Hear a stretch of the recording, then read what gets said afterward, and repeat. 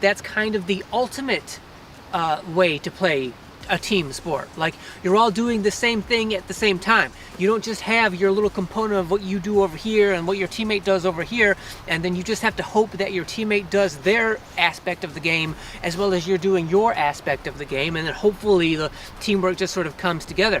When you're on the basketball court, you're all doing the same stuff at the same time, so you know immediately if that stuff is working. So when we talk about teamwork with basketball, you have to keep in mind, like, you can immediately sort of know and be aware of if your teammate is actually doing their job and actually helping you immediately as you're witnessing them doing it. And since you know that and you're aware of it, you can immediately hold them accountable for their part of the teamwork. That's a good skill to know and to have to learn, because going forth in life, when you need sort of immediate teamwork in whatever setting, environment you find yourself in, if you know how to do that in a proper kind of respectful way, then you can immediately get the kind of teamwork you need out of people around you who may not have grown up playing sports. You can sort of coach that teamwork out of them because they don't really know how to do it because they never experienced it through sports.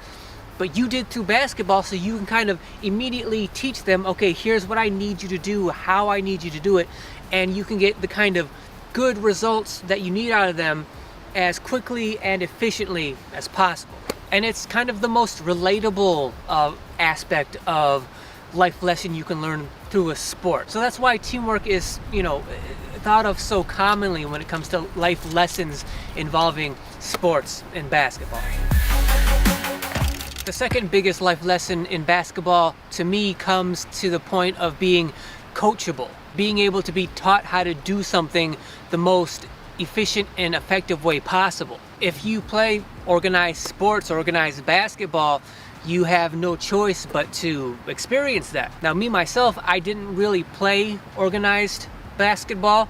I kind of had to teach myself, but I think that's kind of, it speaks to my progress as a basketball player, because not only did I have to learn how to play, but I also had to coach myself how to do it. And I could have been easy on myself. I could have made that mistake and thought to myself like, oh, I'm already better than I actually am. But instead, I made sure to go out of my way to criticize myself harder than I probably actually was. So I was harder on myself than I probably needed to be, but I felt that was the way to go, because to me it's better to be harder on yourself than you need to be than not as hard as you should be. But most basketball players, they grow up in the organized circuit, so they're taught, coached from a very early age how to do what they need to do on a basketball court. Usually that results in a lot of